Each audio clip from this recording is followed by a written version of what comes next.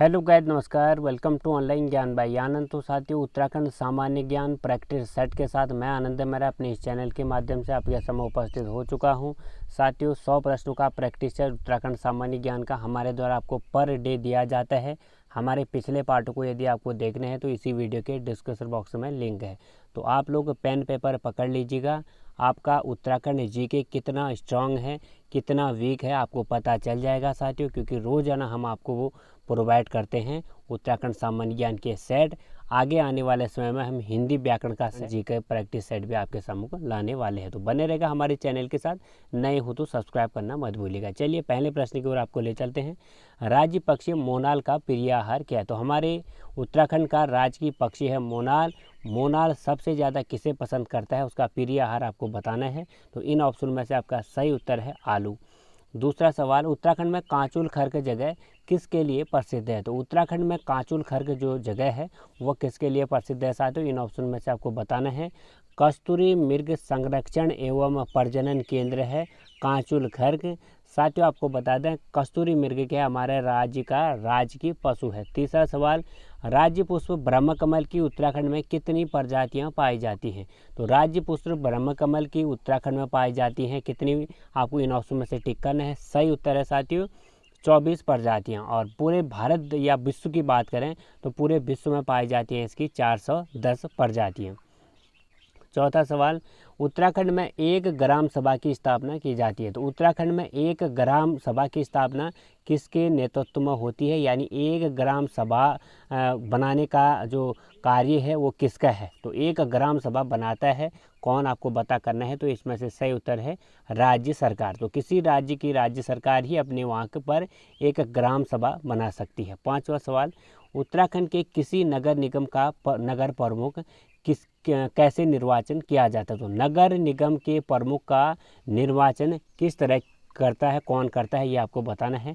क्या राज्य का राज्यपाल करता है, या राज्य सरकार नियुक्त करती है, या स्थानीय जनता निर्वाचन के द्वारा नियुक्त करती है, सभासद द्वारा निर्वाचन होता है?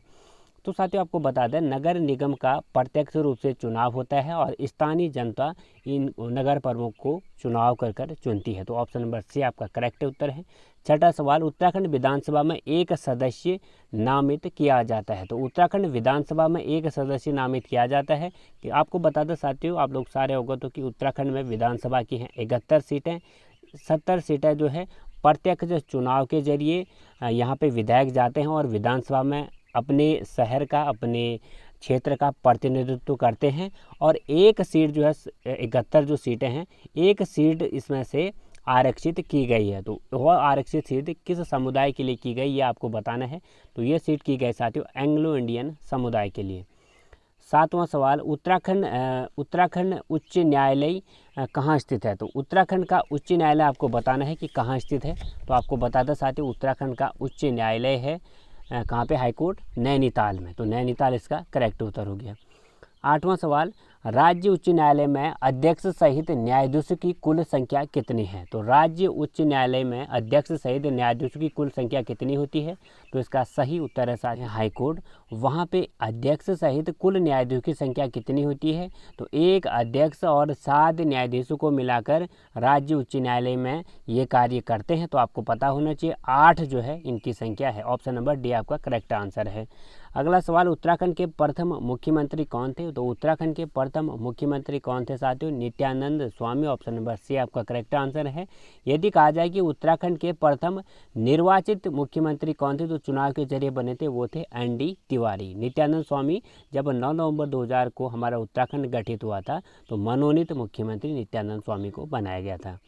10वां सवाल, पंचायती राज संशोधन अधिनियम 2008 के अंतर्गत पंचायतों में महिलाओं को कितना आरक्षण प्राप्त है? तो पंचायती राज संशोधन अधिनियम 2008 के अंतर्गत पंचायतों में आरक्षण की जो सीमा की गई है पंचायत चुनाव में, त्रिस्तरीय जो पंचायत चुनाव होते हैं साथियों हमारे ग्राम सभा में, तो उसके लिए महिलाओं का प्रतिनिधित्व बढ़े, इसके लिए राज्य सरकार ने पंचायती राज संशोधन अधिनियम 2008 में 50% जो है भागीदारी महिलाओं की हो, इसके लिए आरक्षण दिया है। Option number D. 11वां सवाल, मोनाल पक्षी किस ऊंचाई तक मिलता है? यदि हम उत्तराखंड आते हैं या उत्तराखंड में हमें जानना है कि मोनाल पक्षी हमें कहाँ मिलेगा, तो साथियों आपको लंबी चढ़ाई चढ़नी पड़ेगी। मोनाल पक्षी हमें मिलेगा 8,000 से 20,000 फीट की ऊंचाई में। ऑप्शन नंबर डी आपका करेक्ट उत्तर है। 12वां सवाल, ब्रह्म कमल किस देवता को चढ़ाया जाता है? तो ब्रह्म कमल चढ़ाए जाते हैं साथियों हमारे ऑप्शन नंबर सी शिव भगवान को। शिव भगवान को समर्पित जब केदारनाथ में भगवान शिव की पूजा अर्चना होती है तब वहाँ पे प्रसाद के रूप में या हम वहाँ पे चढ़ावा के रूप में ब्रह्म कमल का प्रयोग करते हैं। 2011 में राज्य में सृजित नया विभाग कौन बना? तो 2011 में राज्य सरकार ने एक नया विभाग अपने पूरे डिपार्टमेंट में बनाया। वो विभाग है सुराज, भ्रष्टाचार उन्मूलन व जनसेवा। ऑप्शन नंबर ए करेक्ट उत्तर है। राज्य विधानसभा की पहली उपाध्यक्षा कौन बनी? तो राज्य विधानसभा की पहली उपाध्यक्षा का नाम आपको बताना है। तो राज्य विधानसभा में पहली उपाध्यक्षा बनी option number A Vijaya Bartwal. 15वां सवाल, उत्तराखंड की द्वितीय राजभाषा उत्तराखंड सरकार ने किसको बनाया है? तो उत्तराखंड की द्वितीय राजभाषा उत्तराखंड में है संस्कृत। Option number A. 16वां सवाल, राज्य की कुल 5 विधानसभा सीटों में 80 की सीट जो है किसके लिए आरक्षित है? यानी अनुसूचित जाति के लिए कौन सी लोकसभा सीट आरक्षित है 5 सीटों में से? तो अल्मोड़ा सीट, एक ही सीट जो है अनुसूचित जाति के लिए आरक्षित है, वो भी हमारी अल्मोड़ा लोकसभा सीट। 17वां सवाल, पंचायतों में महिलाओं को कितने प्रतिशत आरक्षण दिया गया? अभी हमने आपको बताया 50%। 18वां सवाल, राज्य सेवा में SC, ST और OBC को आरक्षण दिया जाता है। तो राज्य सेवाओं में अनुसूचित जाति, अनुसूचित जनजाति और अन्य पिछड़ा वर्ग को कुछ आरक्षण दिया जाता है।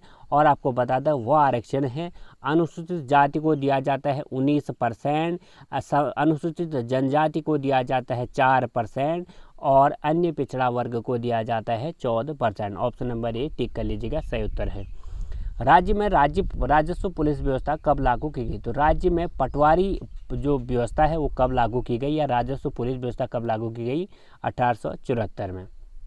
20वां सवाल, कालिदास ने जब अभिज्ञान शकुंतलम की रचना की थी कड़वा आश्रम में, तो कड़वा आश्रम जो है किस नदी के तट पर स्थित है? तो आपको पता होना चाहिए कालिदास ने अभिज्ञान शाकुंतलम की रचना पौड़ी स्थित कड़वा आश्रम में की हुई थी। और कड़वा आश्रम में जहाँ वो रुकते थे वहाँ पर कौन सी नदी प्रवाहित होती है, कौन सी नदी बहती है?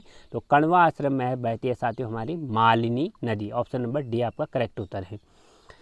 निम्न में से कौन एक उत्तराखंड के इतिहासकार नहीं है? तो इन 4 ऑप्शन में से उस उत्तर को आपको चूज करना पड़ेगा जो इनमें उत्तराखंड का इतिहासकार आपको नहीं दिख रहा है। साथियों हरिकृष्ण रतूड़ी हैं, बद्रीनाथ पांडे कुमाऊं का इतिहास लिखा था, इन्हें सिर्फ डबरा इंसाइक्लोपीडिया ऑफ ये इंडिया कहते हैं इनको हम। अब बात करते हैं चंद्र सिंह गढ़वाली की। साथ चंद्र सिंह गढ़वाली एक स्वतंत्रता सेनानी हैं और ये पेशावर कांड के नायक भी माने जाते हैं। तो ऑप्शन नंबर सी आपका करेक्ट उत्तर होगा। किस देवता से कटारमल मंदिर संबंधित है? कटारमल मंदिर है हमारा अल्मोड़ा में। और किसके लिए है साथियों यह प्रसिद्ध?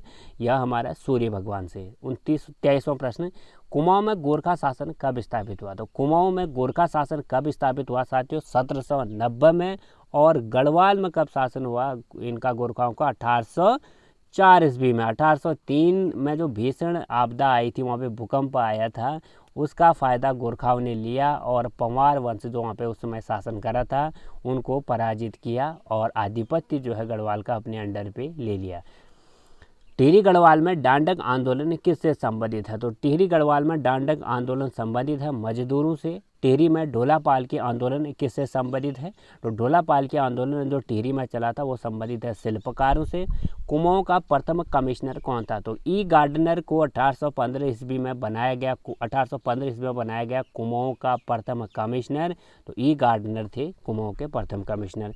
चांदपुर गढ़ का राज्य स्थित है? तो चांदपुर गढ़ है साथियों हमारे जो 52 गढ़ थे उस समय कहाँ पे? गढ़वाल में। इसीलिए गढ़ों की अधिकता के कारण इसको गढ़वाल कहते हैं। और इन 52 गढ़ों को विजिट करने वाले को कहते हैं हम अजयपाल।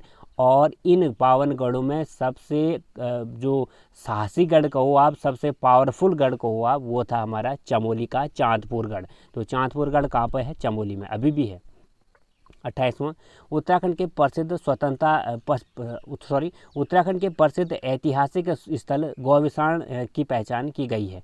तो उत्तराखंड का एक ऐसा ऐतिहासिक स्थल है, उस जगह को हम आजकल कुछ अलग नाम से जानते हैं, बट पहले उसको जानते थे हम गौविसाण के नाम से। तो वह जगह हमारे उत्तराखंड की है अभी काशीपुर, जो आजकल का काशीपुर पहले जाना जाता था गौविसाण नाम से। 29वां सवाल, अल्मोड़ा कांग्रेस की स्थापना कब की गई? तो अल्मोड़ा में कांग्रेस की स्थापना कब की गई आपको बताना है साथियों। तो इसका सही उत्तर है 29 का डी, 1912 ईस्वी में। उत्तराखंड में प्राचीन ऐतिहासिक स्थान जो कत्यूरी राजाओं का मुख्य स्थान भी रहा है, वो कहाँ पर है? तो साथियों आपको बता दें, कत्यूरी का ज़्यादा संबंध बात करें, राजधानी बात करें, बागेश्वर में है साथियों। बागेश्वर या वैजनाथ से संबंधित कत्यूरी थे, तो आपको पता होना चाहिए कत्यूरी राजाओं का मुख्य स्थान भी रहा है बागेश्वर। सरला बहन का मूल नाम क्या था? आपको बता दें, सरला बहन जो थी गांधी जी की शिष्या थी, और सरला बहन का जो मूल नाम था वो आपको बताना है। तो इसमें से सही उत्तर है साथियों मिस कैथरीन हेलीमैन जो था, सरला बहन का मूल नाम था। 32वां सवाल, बेगार आंदोलन यानी कुली बेगार प्रथा का अंत कब और कहाँ हुआ? तो कुली बेगार प्रथा का अंत कहाँ हुआ आपको बताना है साथियों। आपको बता दें, कुली बेगार प्रथा जो थी, एक ऐसी प्रथा के रूप में हम कुली बेगार को जानते हैं, जो उत्तराखंड के जो उस समय के हमारे लोग थे, उनके लिए एक आप कहो कि इसमें एक बड़ा आंदोलन होना था, उस हुआ, क्योंकि एक आंदोलन का रूप इसने इसलिए लिया क्योंकि उत्तराखंड के जो लोगों से बेगार ली जाती थी। जब एक स्थान से दूसरे स्थान पर ब्रिटिश लोग जाते थे, या उनके सगे संबंधी जाते थे, या उनके बच्चे जाते थे, कहीं पर्यटक स्थल में जाएं, तो बिना पैसों के यहाँ के हमारे लोगों से वो लोग सामान उठवाते थे। तो इसी का विरोध हुआ और इसका अंत का करा गया 13-14 जनवरी 1921 में बागेश्वर में सारे रजिस्टर बहा दिए गए, जो बेगार रजिस्टर से सरयू नदी में। तो इसका अंत हुआ 13-14 जनवरी 1921 में। 33वां सवाल, कुमाऊं का प्रथम स्वतंत्रता सेनानी किसे कहते हैं? तो कुमाऊं का हमारा स्वतंत्रता सेनानी है जो 1857 की क्रांति थी साथियों, उसमें क्रांतिवीर संगठन बनाया था कालू मेहरा जी ने, और कुमाऊं के हम इसको प्रथम स्वतंत्रता सेनानी कहते हैं। उत्तराखंड में ढोला पाल के आंदोलन के प्रवर्तक कौन थे? तो ढोला पाल के आंदोलन के प्रवर्तक के रूप में हम जानते हैं जयानंद भारती जी को। गढ़ केसरी नाम से प्रसिद्ध स्वतंत्रता सेनानी है, तो गढ़ केसरी किसका उपनाम है? अनुसुईया प्रसाद बहुगुणा। साथियों हमने किसका उपनाम क्या है ये ट्रिक के लिए हमने आपको ट्रिक से बताया है, तो आप लोग देखिए, विजिट करिए, नीचे प्लेलिस्ट है। 84 दिन के भूख हड़ताल के बाद 25 जुलाई 1944 को किसका निधन हो गया? तो 84 दिन के भूख हड़ताल के बाद वह कौन सा व्यक्ति हमारे उत्तराखंड का जिनका निधन हो गया था? तो 25 जुलाई 1944 को 84 दिन की भूख हड़ताल के बाद सिरदेव सुमन का देहांत हो गया साथियों। टिहरी राज्य में प्रजामंडल की स्थापना के विरुद्ध इन्हें यह लड़ाई लड़ी और अंततः वहाँ पे प्रजामंडल स्थापित हुआ, और इन्होंने टिहरी के लिए एक अहम बलिदान दिया 25 जुलाई 1944 को। पेशावर कांड का नायक किसे कहा जाता है? साथियों हम पेशावर कांड का नायक कहते हैं वीर चंद्र सिंह गढ़वाली। साथियों गढ़वाली तो इनका नाम रखा गया था, इनका एक्चुअल नाम आपको कभी कभी पूछ देता है कि वीर चंद्र सिंह गढ़वाली किसका का एक्चुअल नाम क्या है? तो चंद्र सिंह भंडारी इनका नाम है। 38वां, कत्यूरी राजवंश का संस्थापक कौन था? तो कत्यूरी राजवंश का संस्थापक आपको बताना है कौन है? बसंत देव है। उत्तरांचल उत्थान परिषद का गठन कब और किसने किया? उत्तरांचल उत्थान परिषद का गठन इन ऑप्शन में से आपको बताना है किसने और कब किया। तो 31 मई 1988 को शोभन सिंह जीना की अध्यक्षता में उत्तरांचल उत्थान परिषद की स्थापना हुई। तो डेट आपको याद रखनी है, 30 से 31 मई 1988 को शोभन सिंह जीना ने उत्तरांचल उत्थान परिषद की स्थापना की। पुराणों के अनुसार मानव के आदि पूर्व जो मनु का निवास स्थान है और धन के देवता कुबेर की राजधानी बद्रिका आश्रम के किस स्थान पर है? साथियों जो हमारे मानव का जो पूर्वज माना जाता है वो मनु को मानते हैं हम लोग, और धन के देवता कुबेर की जो राजधानी थी, मनु का निवास और धन के देवता कुबेर की राजधानी कहाँ थी? बद्रिका आश्रम। तो यह बद्रिका आश्रम किस स्थान पर है? तो अलकापुरी स्थान पर। प्राचीन ग्रंथों में किसके लिए भृंगतुंग शब्द का प्रयोग किया गया? तो वह कौन सा स्थान है जिसमें हम प्राचीन ग्रंथों की बात करें तो उसमें भृंगतुंग शब्द हमें दर्शाया गया है? तो वह क्षेत्र हमारा केदारनाथ। 42वां, रामायणकालीन बाणासुर की राजधानी थी। तो रामायणकालीन बाणासुर की राजधानी आपको बताना है। तो रामायणकालीन जो बाणासुर था साथियों, उसकी राजधानी कहाँ थी? जोशीमठ। चक्रवर्ती सम्राट भरत, जिनके नाम पर देश का नाम भारत पड़ा, उनका जन्म कहाँ हुआ था? तो चक्रवर्ती सम्राट भरत जिनके नाम पर भारत पड़ा, ये बात करें साथियों दुष्यंत पुत्र और शकुंतला देवी का प्रेम प्रसंग के लिए भी हम कण्वा आश्रम को जानते हैं, और भरत का जन्म भी कण्वा आश्रम में ही हुआ। 44वां सवाल, महाभारत के वन पर्वों के अनुसार पुलिंद राजा सुबाहु की राजधानी कहाँ थी? तो पुलिंद राजा सुबाहु की राजधानी महाभारत वन पर्वों के अनुसार कहाँ थी? श्रीनगर। गोरखाकालीन नैथड़ा का किला कहाँ पर है? गोरखाओं ने पहले आधिपत्य कहाँ पे किया साथियों? अल्मोड़ा में किया, और उन्हें नैथड़ा का किला बनाया। तो आपको पता होना चाहिए गोरखाकालीन नैथड़ा का किला कहाँ है? अल्मोड़ा में। किस ग्रंथ में उत्तराखंड के लिए उत्तर कुरु शब्द का प्रयोग किया गया? तो वो कौन सा ग्रंथ है जिसमें हम बात करें उत्तराखंड की, तो उसमें उत्तर कुरु दर्शाया गया उत्तराखंड को, तो वह है हमारा ऐतरेय ब्राह्मण। 47वां सवाल, अल्मोड़ा के जाखन देवी मंदिर से किसके निवास की पुष्टि मिलती है? यदि हम अल्मोड़ा जाखन देवी मंदिर पे जाएं तो हमें वहाँ पे जो थे उनके अवशेष मिलते हैं, तो आपको उस जाति का नाम बताना है, वो है हमारी यक्ष जाति। 48वां सवाल, कनकपाल निम्न में से किस वंश का संस्थापक था? गुजरात निवासी कनकपाल ने साथियों उत्तराखंड में आकर एक वंश की स्थापना की, वो था हमारा पंवार वंश, ऑप्शन नंबर ए। 49वां प्रश्न, चंद राजाओं का राजकीय चिन्ह क्या था? चंद लोग थे ब्राह्मण साथियों, चंद राजाएं, और ये तो साथियों गाय को बहुत मानते थे, और गाय ही इनकी राज चिन्ह था। चंपावत स्थित राजबुंगा किला किसके द्वारा बनाया गया था? चंपावत स्थित राजबुंगा किला बनाया था साथियों जो था हमारा चंद वंश का संस्थापक सोमचंद। निम्न में से किस राजवंश को उत्तराखंड का प्रथम ऐतिहासिक राजवंश कहते हैं? इतिहास में जो हमें मिलता है, इनके जो शिलालेख हैं, जो इनके हमें पुरालेख मिलते हैं, ये चीज़ें जो मिलती हैं ऐतिहासिक वंश इसलिए हम कहते हैं। तो प्रथम ऐतिहासिक राजवंश हम कहते हैं साथियों कार्तिकेयपुर वंश को। कार्तिकेयपुर राजवंश की जो राजभाषा थी वो क्या थी? तो कार्तिकेयपुर वंश की जो राजभाषा थी वो संस्कृत थी। उत्तराखंड पर शासन करने वाली जो प्रथम राजनीतिक शक्ति क्या है? कुड़िंद शासक। ये अपने को किसके समकालीन मानते थे? कुड़िंद समकालीन मानते थे अपने को मौर्यों के। आदि शंकराचार्य ने जब केदारनाथ में देह त्याग किया तो वो कब किया था? तो आपको बता दें साथियों आदि गुरु शंकराचार्य ने केदारनाथ का जीर्णोद्धार भी किया था मंदिर का, और वहीं पर अपना देह त्याग भी किया, और आज भी उनकी समाधि वहाँ पे है। तो आपको बताना है कि देह त्याग इनके द्वारा कब किया गया? तो इसका सही उत्तर साथियों 820 ईस्वी में। कुड़िंद वंश का सबसे शक्तिशाली शासक था। कुड़िंद वंश का सबसे शक्तिशाली शासक है अमोघ भूति। दुष्यंत और शकुंतला का प्रेम प्रसंग जुड़ा है। तो दुष्यंत और शकुंतला का प्रेम प्रसंग जुड़ा है कण्वा आश्रम से।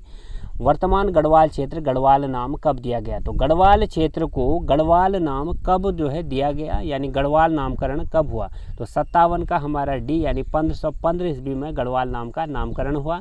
अंग्रेजों और गोरखों के मध्य संगोली की संधि कब हुई? तो संगोली की संधि हुई साथियों अंग्रेजों और गोरखों के मध्य 1816 में। आपको बता दें साथियों अंग्रेजों और गोरखों में भीषण युद्ध हुआ। अंग्रेजों ने बाकायदा काठमांडू जाकर ही गोरखों को हरा दिया था, तब जाकर यह संधि हुई। गोरखों ने गढ़वाल पर पूर्ण अधिकार कब किया? गोरखों ने गढ़वाल पर भीषण आपदा जब 1803 में आई हुई थी, 1804 में उन्हें इसका मौके का फ़ायदा उठाया और पूर्ण अधिकार यहाँ पे कर लिया। गढ़वाल के इतिहास में झांसी की रानी हम किसे कहते हैं? तो तिल रौतली को हम झांसी की रानी कहते हैं। तिल रौतली के नाम पर महिला सशक्तिकरण के तौर पर हमारी उत्तराखंड की महिलाओं को अभी तिल रौतली पुरस्कार भी दिया जाता है। नेपाल नरेश अशोकचल ने उत्तराखंड पर कब आक्रमण कर कुछ पर्वतीय क्षेत्र पर अधिकार किया? तो नेपाल नरेश अशोकचल ने उत्तराखंड में सबसे पहले आक्रमण किया साथियों, और पर्वतीय क्षेत्र उत्तराखंड के कुछ पर्वतीय क्षेत्रों का अधिकार भी कर लिया। तो वह सन हमारा 1191 ईस्वी में। अगला सवाल, कौन नक्काटी रानी के रूप में जानते हैं? तो किसको हम नक्काटी रानी के रूप में जानते हैं साथियों? कर्णावती को। अगला सवाल है 63वां, कालसी देहरादून इस अशोक जो शिलालेख मिला साथियों अशोक का, वह किस भाषा में मिला? तो कालसी में जो शिलालेख मिला अशोक का वह मिला हमें पाली भाषा में। आदि गुरु शंकराचार्य की समाधि कहाँ पर है, तो हमने अभी आपको बताया आदि गुरु शंकराचार्य ने 820 में अपना देह त्याग किया केदारनाथ में, तो वहीं पर ही इनकी समाधि बना दी गई केदारनाथ में। उत्तराखंड सरकार ने महिला सशक्तिकरण के लिए जिस नाम से स्त्री शक्ति पुरस्कार दिया जाने लगा वो कौन है, तो तिल्लू रौतेली के नाम पर महिला सशक्तिकरण के लिए उनके नाम पर स्त्री शक्ति पुरस्कार दिया जाता है। तैमूर लंग ने हरिद्वार पर कब आक्रमण किया था, तो तैमूर लंग ने हरिद्वार पर आक्रमण किया 1398 ईस्वी में। निम्न में से अंग्रेजों ने किस जो शासक को CSI उपाधि दी थी, तो CS उपाधि धारक जो था अंग्रेजों ने जिसको दी थी वो था हमारा पंवार वंशी शासक कीर्ति शाह। 68वां पर टिहरी में अंग्रेजी शिक्षा की शुरुआत किस शासक ने की थी, तो पंवार वंशी शासक प्रताप शाह ने टिहरी में अंग्रेजी शिक्षा की शुरुआत की थी। अगला सवाल, परमार वंश की स्थापना कनकपाल ने चांदपुर गढ़ से आकर कब की, तो पंवार वंश की स्थापना हुई त्रिपलट्ठी कहते हैं इसको, यानी 888 ईस्वी में। कुमाऊं क्षेत्र में भूमि निर्धारण प्रणाली कब शुरू हुई, तो कुमाऊं क्षेत्र में भूमि निर्धारण प्रणाली शुरू जो भूमि नापने की जो प्रणाली शुरू की वो किसके द्वारा प्रारंभ की गई, पहले वो थे हमारे चंदू के द्वारा। कोटा खर्रा आंदोलन किसके हित में था, तो कोटा खर्रा आंदोलन जो था किसके हित में था, वो था हमारा भूमिहीनों के विरुद्ध। नमक सत्याग्रह के दौरान अल्मोड़ा के नगर पालिका भवन पर किसके नेतृत्व में तिरंगा फहराया गया। जब नमक दांडी यात्रा नमक सत्याग्रह चला था महात्मा गांधी के द्वारा, साथियों अल्मोड़ा में भी इसका जागृति जगी और अल्मोड़ा के नगर पालिका भवन पर यहाँ पे तिरंगा फहरा दिया था। अल्मोड़ा में बात करें उस समय ब्रिटिश लोग कायब थे, यहाँ पे ब्रिटिश लोगों का राज था यहाँ भी अल्मोड़ा में भी, तो अल्मोड़ा में नगर पालिका भवन पर जो था तिरंगा फहराने की हिम्मत रखी हमारे उत्तराखंड की एक महिला ने, तो आपको बताना है वो थी हमारे विष्णु देवी शाह।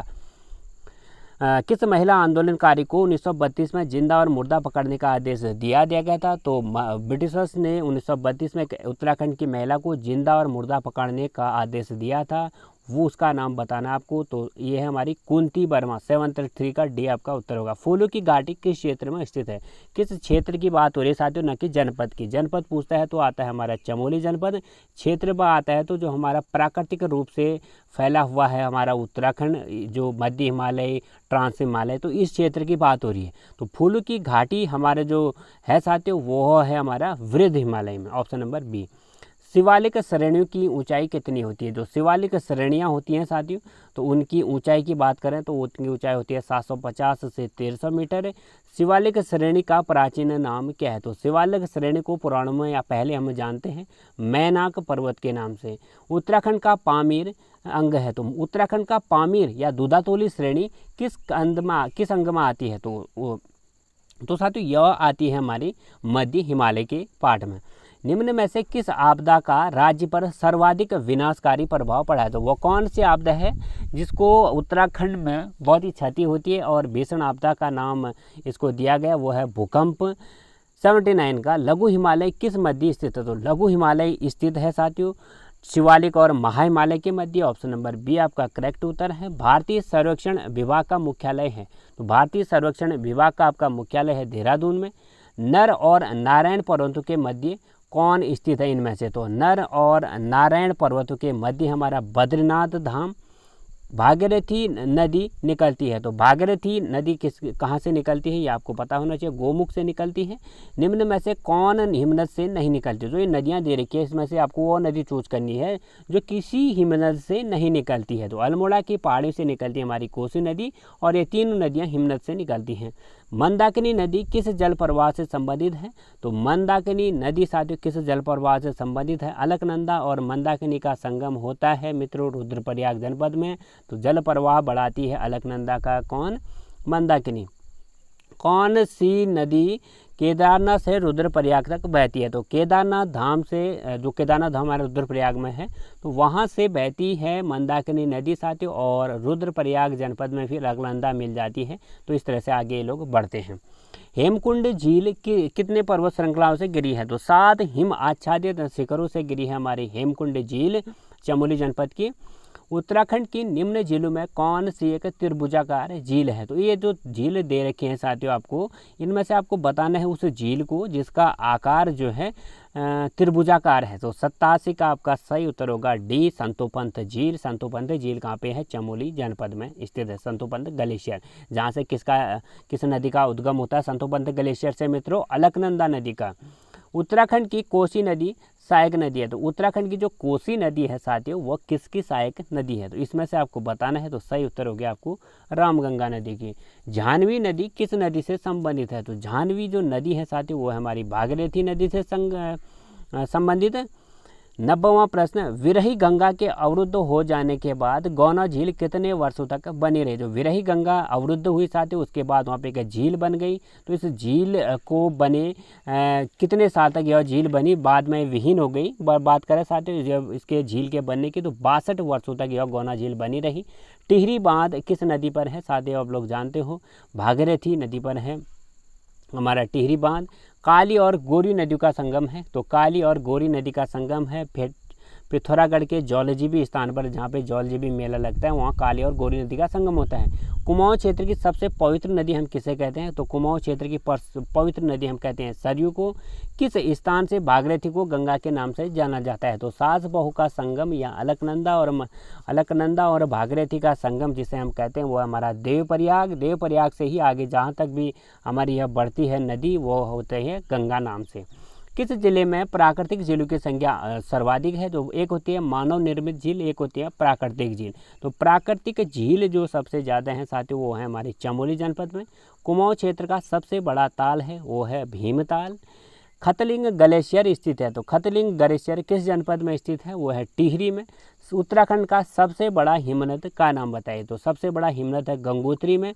हिमालय के हिमनदों के पिघलने की गति जो है वो कितनी है? साथियों आपको बता दें, हमारे हिमालय लगातार जो है कई पिघल रहे हैं और वैज्ञानिकों के लिए भी चिंतनीय है। बता दें ग्लोबल वार्मिंग इसका महत्वपूर्ण कारण माना जा रहा है, और भी प्रदूषण इसके प्रभाव और इससे भी कुप्रभाव कई हैं साथियों, जिससे हिमालय के जो हिमनद हैं ग्लेशियर हो एकदम से पिघल रहे हैं, जो कि मानव के लिए बहुत ही हानिकारक है साथियों। यदि हिमनद पिघल गए, समझ लो साथियों कहीं पे बाढ़ आ जाएगी, कहीं पे कुछ हो जाएगा और कहीं पे कुछ हो जाएगा। तो इसी के मद्देनज़र आपको बताएं तो हिमालय में हिमनदों की जो पिघलने की गति है वो सबसे अधिक हो रही है।